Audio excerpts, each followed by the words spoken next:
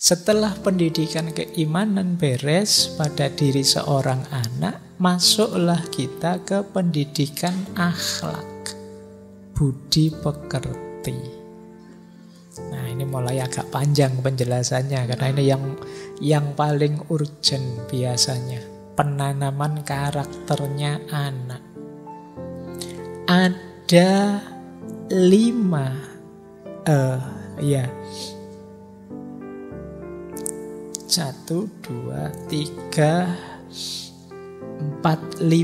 jenis pendidikan budi pekerti.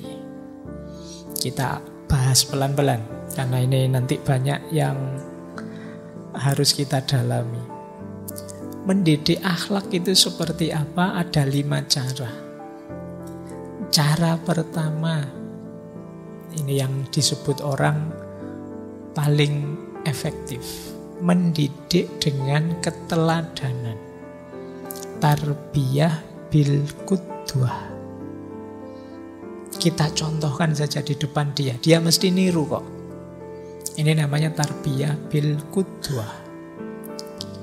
Aplikasinya apa? Kata Syekh Ulwan, tarbiyah bil qudwah itu yang pertama dalam aspek keimanan. Sholat, ngaji, puasa, sedekah. Ini contohnya saja ya, semua aspek sebenarnya. Biar dia tiru. Kita marah-marah ke adik kita, anak kita malas sholat, ya kita yuk malas sholat. Kita marah-marah, jangan main HP tuh deh. Kita tiap hari pegang HP. Kita marah-marah ke dia. Kamu kalau ngomong jangan sembarangan. Kita tiap hari ngomongnya ya sembarangan. Jadi pasti dia niru karena anak kecil itu apalagi yang akalnya belum berkembang, yang bisa dia lakukan hanya niru. Yang kedua, aspek sikap dan kepribadian. Akhlak juga dia niru. Jujur, amanah, sabar, malu, itu mesti dia tiru. Kalau yang besar sering bohong, ya nanti adikmu, anakmu nanti akan menganggap kebohongan itu normal saja. Kalau kita sering curang di depan dia, dia akan menganggap kecurangan itu biasa. Nah, ini aplikasi kedua dari qudwah. Ayo hati-hati. Ya saya tahu teman-teman kadang-kadang ya kepepet melakukan yang jelek-jelek, tapi paling tidak jangan merusak generasi. Ya ndelik lah kalau melakukan yang jelek-jelek. Biar tidak ditiru mereka. Jadi seandainya ya sederhananya ya pakai bahasa kasar, kita rusak tidak apa-apa lah, tapi jangan merusak. Sembunyikan yang jelek-jelekmu, yang rusak-rusakmu di depan adikmu, anakmu. Jadi biarlah kamu disebut pencitraan, tidak apa-apa. Meskipun kamu kalau ketemu temanmu misuh-misuh, tapi kalau di rumah ya ketemu adikmu, anakmu ya astagfirullah, subhanallah gitu loh. Wes minimal tidak ngerusak generasi. Baik. Yang ketiga, perilaku adab pada sesama. Cara ngomong, sopan santun, bergaul yang baik, bermusyawarah. Jangan sampai dia melihat banyak tentang pertengkaran, kemarahan, ketidaksopanan, ketidakberadaban. Biarlah dia lihat yang positif-positif untuk ditiru. Jadi ini gaya pertama, mendidik budi pekerti. Meskipun gaya qudwah ini nanti silahkan direnungi, didiskusikan boleh. Kelebihannya memang mudah diterapkan. Kita tinggal melakukan, nanti mereka niru. Tapi ada kekurangannya. Kekurangannya apa? Ya karena lingkungan itu kan beragam isinya. Mungkin sama-sama bisa ditiru, saya niru bapak apa niru Pak D, bisa saja begitu. Kelihatannya sama-sama baiknya sih, kebaikan itu kan juga beragam. Atau kalau justru anak kita tidak bisa mendeteksi, adik kita tidak bisa mendeteksi bahwa yang ditiru yang ini loh, bukan yang ini. Nah, itu sering sampai di titik itu. Maka pinter-pinter ngatur strategi, ketika kita memberi qudwah. Karena sering-sering kadang juga membingungkan. Loh, kalau di rumah kok begitu ya, tapi di rumahnya teman kok begini ya. Kalau di rumah kok cium tangannya begini, kalau di rumah teman malah dilarang sering-sering cium tangan misalnya, mungkin dengan alasan tertentu. Nah, ini kelemahannya. Yuk kita tinggal ngatur strategi bagaimana caranya agar adik dan anak-anak kita tidak bingung. Terus yang kedua, selain dengan qudwah atau keteladanan, pendidikan juga bisa dengan pembiasaan. Tarbiyah bil adah. Ya, pembiasaan itu berarti kita ajak dia mengulang-ulang kebiasaan-kebiasaan baik. Caranya bagaimana? Yang pertama, ayo segera dimulai. Jangan ditunggu. Karena pembiasaan ini butuh waktu. Kalau ditunggu-tunggu ya tidak jadi. Kalian juga begitu. Kalau ingin membentuk dirimu melalui pembiasaan, ya kamu mulai sekarang. Saya ingin jadi penulis, Pak. Sementara ini saya masih males nulis. Yo, kamu mulai ya sekarang. Kalau tidak sekarang nanti jiwa penulismu tidak keluar-keluar. Perlu pembiasaan. Jadi harus segera dimulai. Saya ingin ngajak adik saya untuk rajin sholat kalau subuh mau bangun. Tapi besok sajalah, kasihan. Nanti lama lagi terbentuknya. Maka untuk bisa pembiasaan segera dimulai. Kalau memungkinkan tentu saja. Jangan ditunda-tunda tanpa alasan. Karena pembiasaan ini di antara kelemahannya memang perlu waktu lama. Tidak mungkin orang terbentuk lewat pembiasaan yang singkat. Yang kedua, ada disiplinnya. Diawasi yang ketat. Jadi disiplin itu di bawahnya disebut istiqomah. Dan tegas. Kadang-kadang kita itu baik untuk diri kita atau kadang ketika didik itu takut untuk tegas. Kasihan ya masih kecil, kasihanlah masih ini. Kadang-kadang kasihannya sering menonjol, akhirnya pembiasaannya gagal. Ayo ya, dimulai sekarang. Ini kalau belum punya anak, tidak punya adik ya, untuk kalian ya, pembiasaan dimulai sekarang. Kebaikan apapun yang ingin kalian lakukan, mulailah sekarang. Jangan ditunda. Dan disiplin, terus tegas.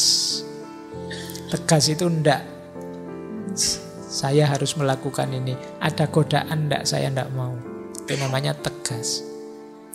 Dan kalau bisa pembiasaan itu tidak sekedar mekanistis, tapi kesadaran. Kalau sekedar mekanistis, nanti ketika ada halangan akan dijadikan alasan untuk berhenti. Tapi kalau sudah kesadaran, meskipun ada halangan, berusaha untuk tetap dijalankan. Itu berarti sudah sadar. Kalau sekedar mekanis kan ya, ketika ada halangan, ada alasan lumayan, alasan untuk libur, alasan untuk berhenti. Itu berarti masih mekanis. Kalau bisa ya sudah tumbuh jadi kesadaran diri. Tidak sekedar rutinitas. Kalau sudah sadar kan, ini sebenarnya dosennya bilang masuk ndak apa-apa, ndak masuk ndak apa-apa. Tapi saya masuk sajalah. Itu berarti ada kesadaran. Jadi, tapi kalau kalian hanya rutinitas, ya begitu ada halangan, kamu kesempatan untuk berhenti. Oh, saya sakit kok katanya, kalau sakit itu, nah, ya sudah. Saya sedang ini kok katanya boleh kok, ya sudah. Ada alasan untuk berhenti. Itu berarti masih rutinitas belaka. Nah, pendidikan dengan pembiasaan ini menarik karena dia biasanya hasilnya lebih paten, lebih mengakar. Karena nanti ujungnya adalah terkondisikannya jiwa. Ya sering saya gambarkan, yang biasa sholat 5 waktu, ninggal sholat itu rasanya tidak enak. Nah, itu hasil dari pembiasaan. Kalau bahasa psikologinya dia jadi habit of mind. Jadi dia jadi habitnya nalarmu. Ketika ditinggal terus rasanya tidak enak. Ya meskipun ada kekurangannya tadi, yaitu perlu waktu lama untuk menanamkan yang paten ini. Jadi ini pendidikan akhlak jalan kedua. Terus, ini yang paling banyak dilakukan. Pendidikan dengan nasihat. Tarbiyah bin nasihat. Ini juga ya di mana-mana sih. Kalau di Indonesia ini kan banyak sekali isi ceramah-ceramah, isi kuliah-kuliah, subuh kuliah, zuhur kuliah, maghrib, sekarang banyak kajian-kajian luar biasa banyak. Itu tarbiyah bin nasihat.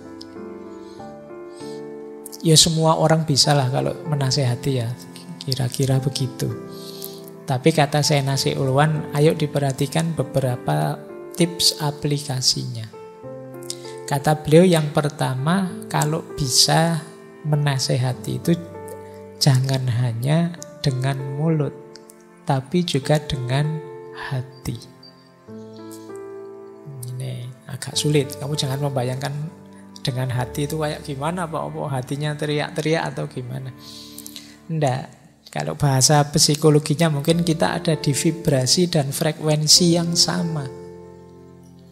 Kalau kita pemarah, itu menasehati orang untuk sabar, itu kemungkinan susah masuknya. Apalagi yang kita nasihati ngerti bahwa kita itu pemarah.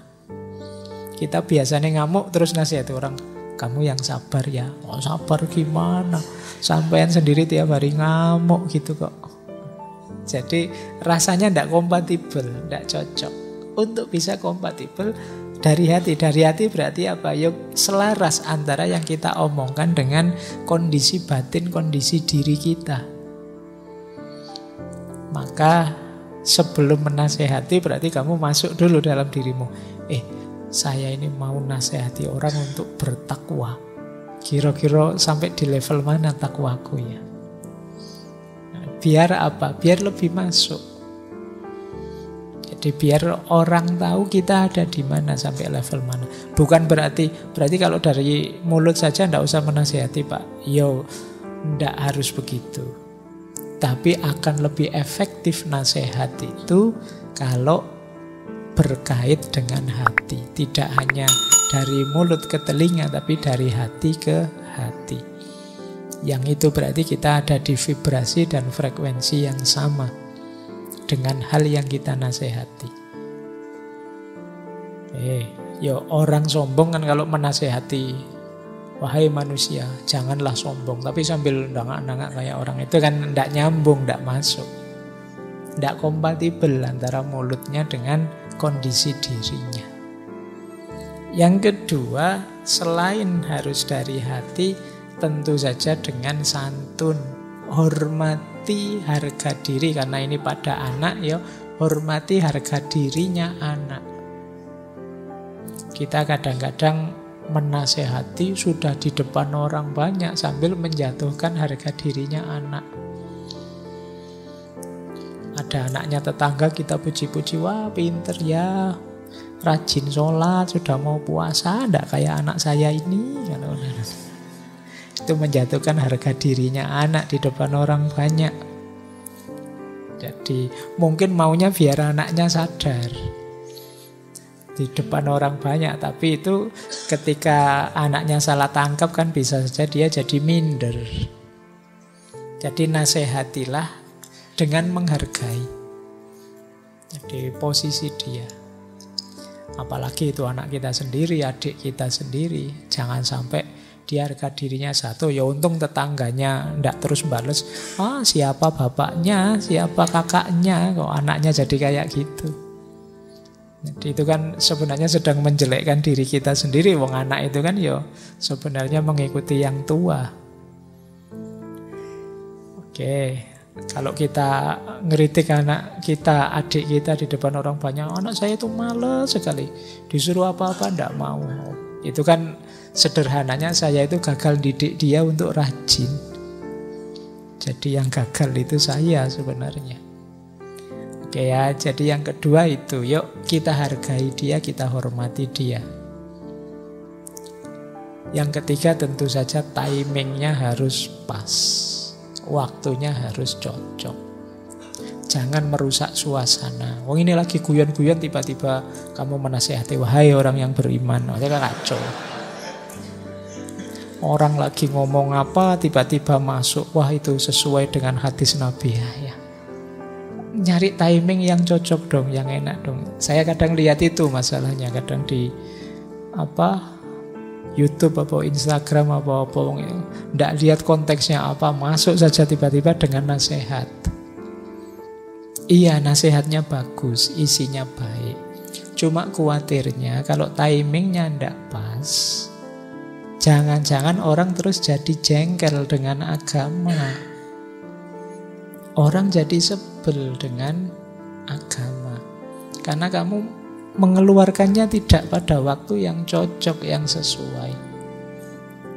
Kalau temanmu sedang ketawa-ketawa guyon, misalnya menurutmu itu tidak pas, tidak cocok, ya biarkan dia sampai tuntas tertawa. Ketika sudah ganti konteks, ganti situasi, baru kamu ngomong. Bila perlu mungkin besoknya, bila perlu mungkin besoknya lagi. Mungkin ketika ada ngomong kamu bilang, oh ya seperti kamu ketawa-ketawa 2 hari yang lalu, itu menurut saya tidak terlalu cocok, tidak terlalu sesuai sih, harusnya begini. Itu lebih masuk daripada orang lagi ketawa-ketawa terus kamu cut. Tidak boleh ketawa-ketawa seperti itu mengeraskan hati itu ya. Itu loh ya. Itu orang jadi sebel akhirnya. Bukan apa-apa, ya salah kita, retorika kita keliru. Kita timingnya tidak pas. Kita tidak cerdas kapan harus masuk. Baik ya, untuk ini kan makanya perlu ilmu juga. Kalau dalam bahasa filsafat perlu kebijaksanaan. Oke, baik. Dengan nasihat memang lebih cepat, lebih efisien. Tapi kekurangannya kadang-kadang membosankan, kurang berkesan. Jadi kalau cuma dinasehati saja dengan mulut itu kan rasanya monoton. Bagi anak-anak ya. Saya tidak tahu, mungkin bagi yang dewasa mungkin sudah sadar karena sudah terlalu banyak masalah. Jadi bagi yang anak-anak itu kalau kita modelnya nasihat terus ya membosankan. Bahkan nasihat pun perlu variasi-variasi. Syekh Nasih Ulwan menyebut Al-Quran saja untuk menasehati punya beberapa metode. Ada metode mengajak, ada metode bercerita atau kisah, ada metode mengarahkan atau memberi wasiat.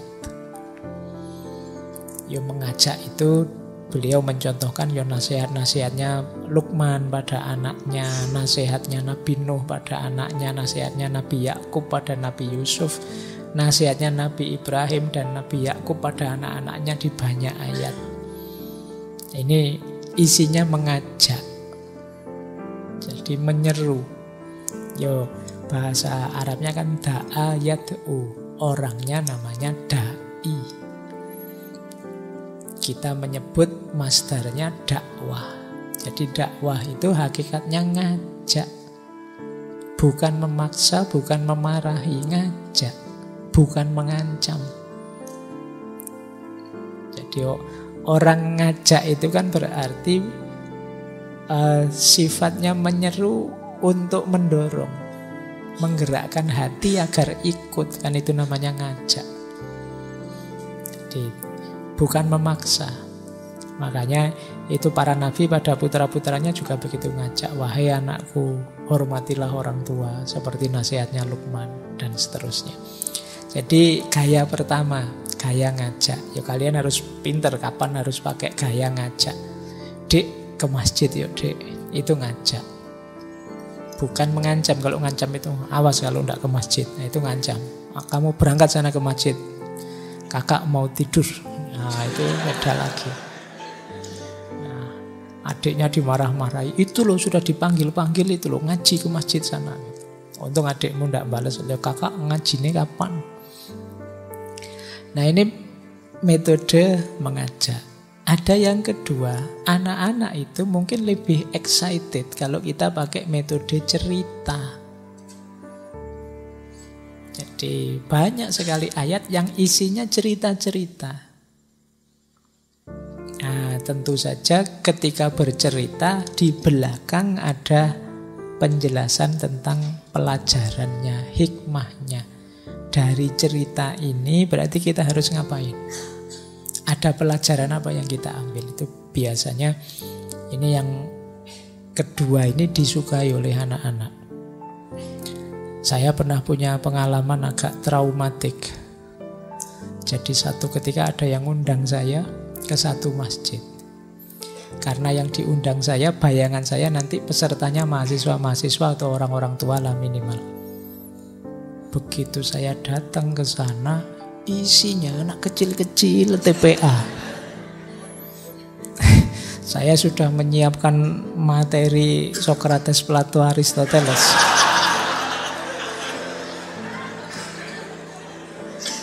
Pesertanya anak-anak TPA kecil-kecil itu. Di tengah saya putus asa, pokoknya tak karang saja. Ayo kalian pingin apa sekarang? Wah, dongeng Dajjal pak, dongeng Nabi Nuh pak. Duh. Iya, betapa ngerinya. Ternyata mereka yang diminta ini, banyak minta cerita-cerita, dongeng-dongeng. Jadi mungkin bagi mereka lebih berkesan cerita dan dongeng itu. Jadi itu lumayan buat pengalaman saya. Besok kalau ada yang undang mesti tak tanya dulu ini audiennya usia berapa. Jadi ini yang kedua, model cerita. Kalian mungkin kebetulan jadi guru, jadi ustadz, jadi pendidik level manapun, bahkan untuk mahasiswa sekalipun jadi dosen, perbanyaklah koleksi cerita-cerita. Biasanya dengan cerita itu perhatian lebih terfokus. Kalian tadi agak ngantuk begitu saya cerita. Saya ngalami tadi diundang tadi sebelum ini tadi. Kamu kan rodok melek sedikit. Jadi cerita itu menggugah, memfokuskan perhatian. Nah yang ketiga, kalau ini mengarahkan, kalau ini biasa yang kita lakukan model ini. Menunjukkan manfaatnya, menunjukkan caranya, dan lain sebagainya. Jadi setidaknya mendidik dengan nasihat itu kalian jangan monoton. Ambil strategi-strategi yang cocok, yang sesuai. Al-Quran saja juga memberi beberapa metode yang berbeda-beda. Baik, kita lanjutkan ya. Terus, yang keempat,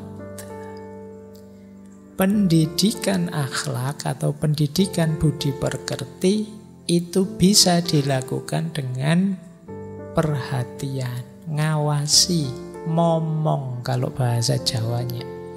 Tarbiyah bil mulahadhah. Ini yang mungkin disebut tadi ya. Jadi kita awasi perkembangan anak-anak, adik-adik kita biar potensinya keluar. Kita hanya memfasilitasi.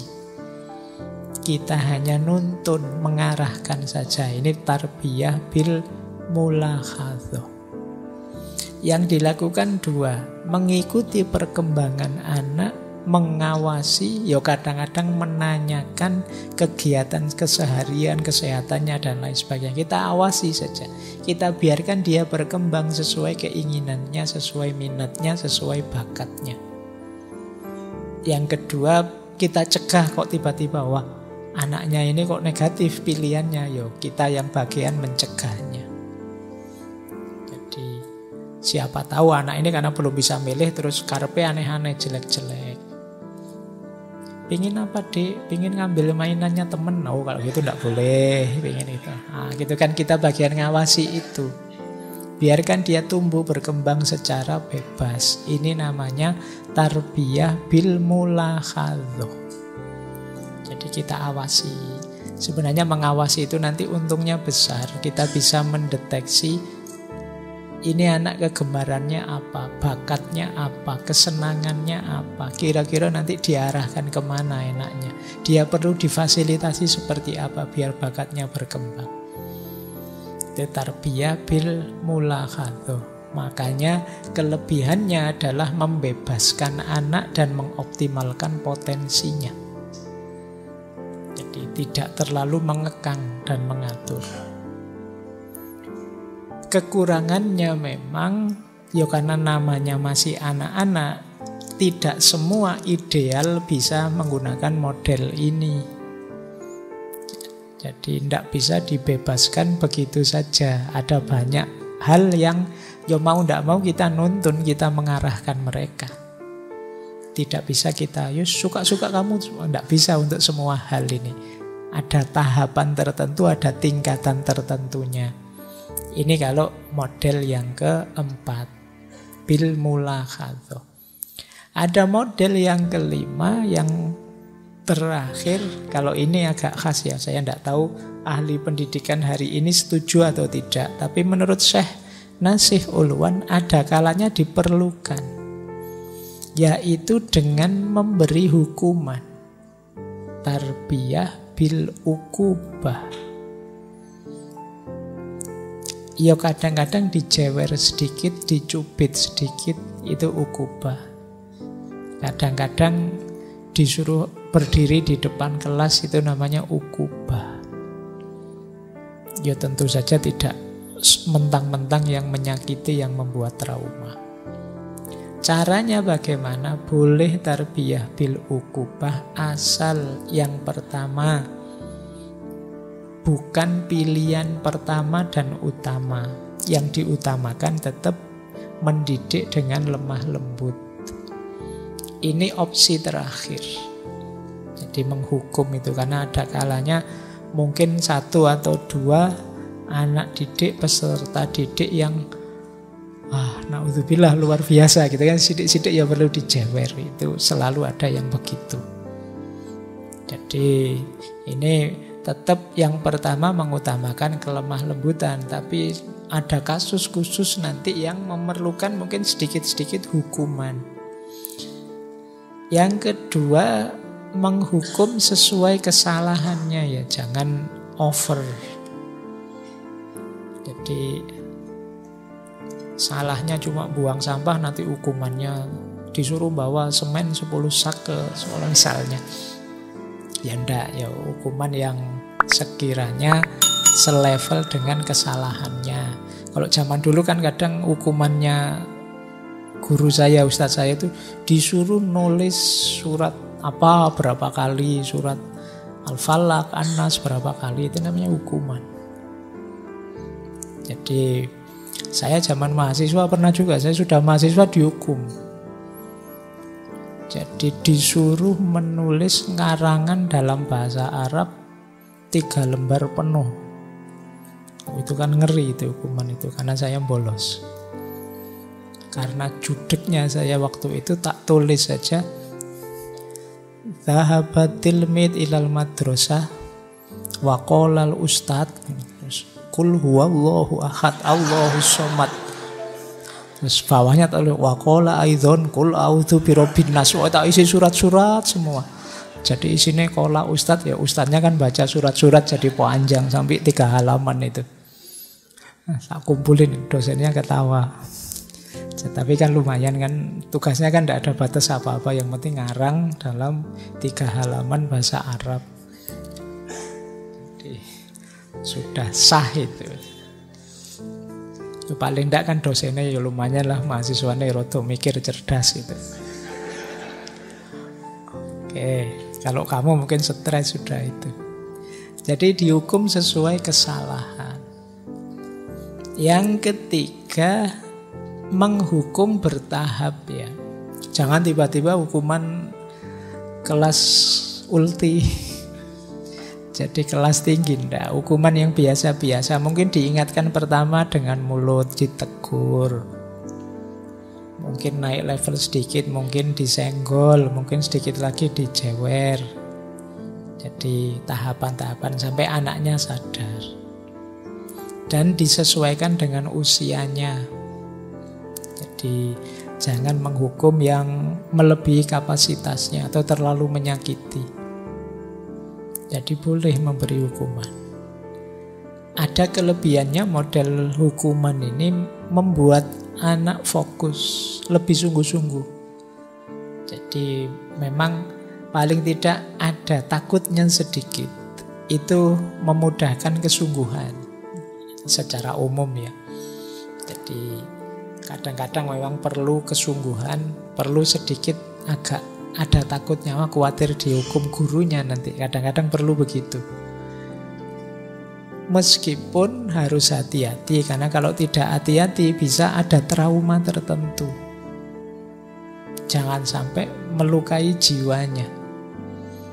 Mungkin kalau sekarang agak harus hati-hati, banyak medsos ya. Kalau zaman saya dulu guru itu aduh, kalau jewer sak kapoke mukul itu bisa. Kadang-kadang kalau hari Senin lihat kukunya bersih apa enggak, itu sambil pegang garisan yang besar itu. Penggaris besar itu siap bergerak, kalau ternyata belum potong kuku pelak, lumayan itu sudah. Bisa seminggu ganti penggaris 2 kali itu. Zaman dulu begitu, kalau sekarang mungkin dilaporkan polisi gurunya. Jadi boleh, meskipun dalam batas-batasnya. Karena kadang memang jiwa manusia itu ada nakalnya. Kalau melakukan apa-apa, pamrih dan tidak mau rugi dan milih enaknya saja. Nah ini kalau sejak kecil sudah ada bibit ini ya agak ditertibkan. Antara lain diberi sedikit-sedikit hukuman kalau salah. Nah, ini loh syaratnya hukuman. Jadi kata Syekh Nasih Ulwan, syaratnya hukuman itu ada 7 ini. Yang pertama, jangan sekali-sekali memukul, menghukum sebelum diingatkan secara bertahap. Yo, jangan nakal loh. Nah, masih nakal lagi. Yuk, nggak usah nakal. Nah, masih diulang lagi. Nanti kalau sekali lagi tak jewer. Nah, ini maksudnya tidak kok langsung tiba-tiba dijewer dari belakang. Jadi pendidik tidak boleh memukul sebelum upaya-upaya yang lain. Jadi saya bilang tadi, menghukum termasuk dengan model pukulan itu paling akhir, opsi paling gawat darurat terakhir. Yang kedua, jangan sampai mukul sambil marah. Kok masih marah? Ambil nafas dulu, minggir dulu deh. Kuatirnya nanti anak didiknya disikat beneran. Mau masih kecil. Kalau sedang marah, tenangkan diri dulu. Biar memukulnya memang hukuman yang mendidik, bukan yang menyakiti. Karena ketika marah mesti ingin menyakiti. Itu syarat kedua. Yang ketiga, jangan ke bagian sensitif. Kepala, wajah, dada, perut. Pundaknya saja dicubit sedikit, tidak apa-apa. Jadi jangan bagian yang sensitif, nanti bahaya. Nanti kalau ada apa-apa ya malah bisa urusan polisi lagi. Tidak. Jadi bagian-bagian yang tidak menyakiti. Kemudian gradasi ya, jangan tiba-tiba misalnya nyubit, jangan cubitan versi yang paling menyakitkan. Diawali dari yang pelan-pelan, masih nggak diulang, ayo tak cubit lagi agak keras terus, biar tidak sakit. Bahkan kata Syekh Nasih Ulwan, tapi model hukuman yang memukul ini kalau bisa di atas umur 10 tahun, di bawah itu nggak boleh. Mungkin ini si versi yang sudah balik tadi ya. Kemudian kalau baru pertama kali anak ini melakukan kesalahan, ya jangan langsung dihukum. Harus ada kesempatan kedua untuk dia memperbaiki diri.